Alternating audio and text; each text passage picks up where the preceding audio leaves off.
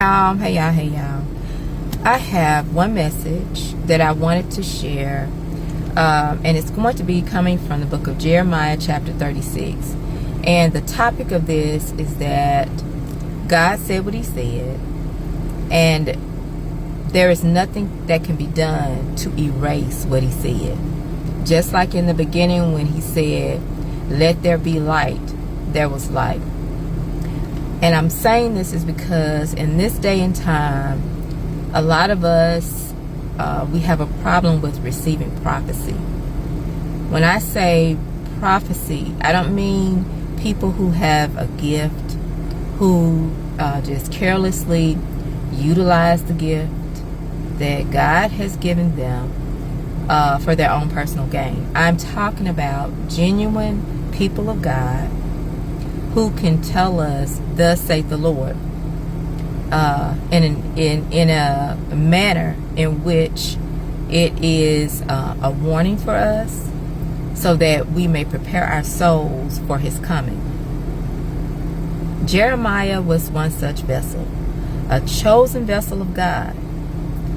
And in the book of Jeremiah, chapter 36, he had Baruch, who was a scribe, to write down what the Lord was telling him. So this scribe wrote it down. And because Jeremiah at the time was unable, he was not allowed to go into the temple, he had Baruch to go and to read. He had him write down everything that God had told him, and he had him to go to read it. He wanted him to read it first to the princes, the prince, like the prince, not the princess, but prince with an S. And then to the king. So he read it to the prince with an S, princess with an S. Then when it was time for him, Baruch, to read it to the king, then that's where the problem came in. And the king was King Jehoiakim. So, Jeremiah and Baruch, they were hidden because the king, undoubtedly, they knew the king was not going to be accepted to what the prophecy was. So, once the king Jehoiakim, once the prophecy was read, he burned it. He cut it in pieces and put it in the fire to be burned. I don't know if he was thinking that that would have erased or that would have prevented what the prophecy was. So he also ordered to have Baruch and Jeremiah arrested because of a prophecy that Jeremiah received of the Lord. So, God being who He is, the Lord all-knowing, I'm going to read in verse 27 where it says, Baruch rewrites the scroll. So, the scroll that the king threw in the fire and thought he could just get rid of it, get rid of the prophecy, prevent the prophecy from coming to pass, the Lord had Jeremiah to redo it. And that's where I'm going to read.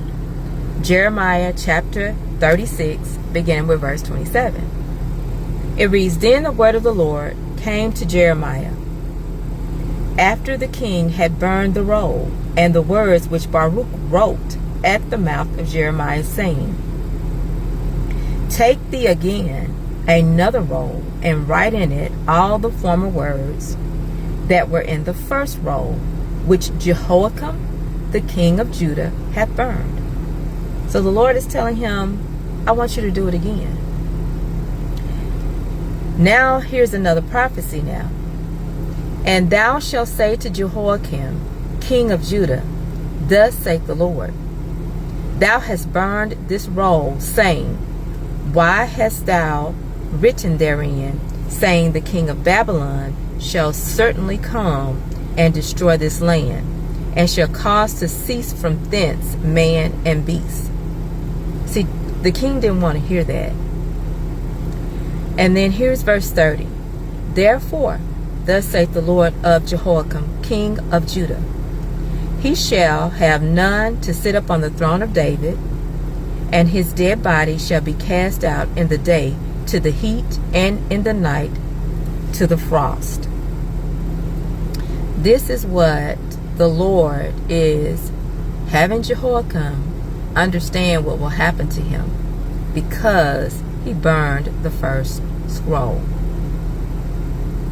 And verse 31 reads, and I will punish him and his seed and his servants for their iniquity, and I will bring upon them and upon the inhabitants of Jerusalem and upon the men of Judah all the evil that I have pronounced against them, but they hearkened not.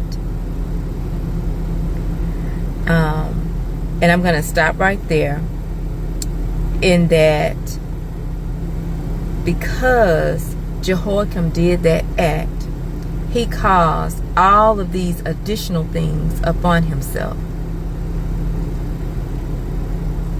It takes a lot of energy and effort to do evil when we could easily accept. We must come to understand that we are creatures created by God. It is just like the creature dictating to the creator what should happen and how it should happen.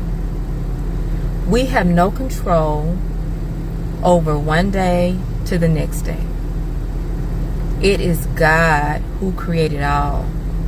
We may not understand his plan. We may not understand the prophecy. But as I'm saying to you today, as we see here, God said what he said, and there is nothing that can change that. Our position is to seek him for an understanding. Be encouraged. Watch as well as pray. And let's press on in the Lord.